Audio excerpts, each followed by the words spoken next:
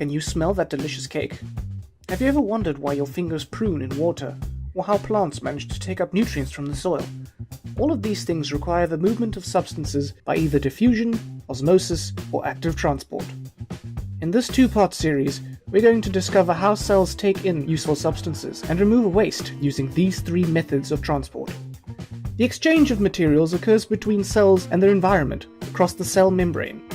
To make this exchange as efficient as possible, some organisms have evolved specialized exchange surfaces, like the alveoli in the lungs, or root hairs in plants, or the nephrons in kidneys. Depending upon what is being exchanged and which direction along the concentration gradient things are traveling, will determine whether diffusion, osmosis, or active transport will be used. Let's start with diffusion. The lovely smells of the cake spread around the room by diffusion. Diffusion is the process in which particles spread out from each other. They move from high concentration, so right by the cake, to an area of low concentration, so everywhere else in the room. In diffusion, particles move down the concentration gradient until they are evenly distributed.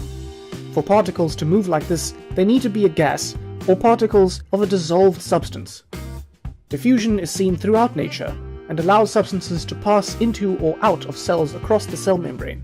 But they must be dissolved, and there must be a concentration gradient that they can move from high concentration to low concentration.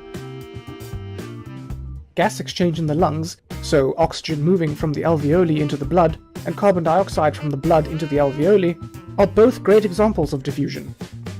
Carbon dioxide moving from the air into the leaves of plants also moves by diffusion, but it doesn't have to be a gas. How digested foods like amino acids move from the small intestine into the blood also moves by diffusion.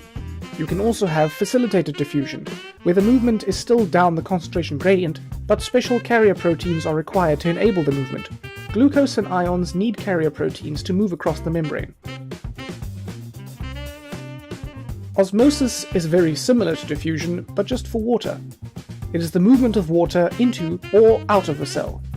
Again, it is the movement from a dilute solution, so high concentration of water molecules, down the concentration gradient to a more concentrated solution, so low concentration of water molecules. The water molecules move across a partially permeable membrane. Water molecules move at random, so some do go back across the membrane. But the overall net effect is that there is movement to the more concentrated side, or the side with less water, until equilibrium is reached, or until there is no net movement of water anymore. Osmosis out of a cell can cause big changes. Animal cells shrivel up, and in plant cells the membrane and cytoplasm shrink away from the cell wall, causing the cell to become flaccid. And if osmosis causes lots of movement of water into the cell, plant cells swell and become turgid. They have a strong cell wall which prevents them from bursting, whereas animal cells don't have a cell wall, and so they burst. The absorption of water by plant roots and the absorption of water in the small intestine and the colon all use osmosis. So we know all about the movement of gases and water. But what is active transport for? Watch part 2 to learn about active transport.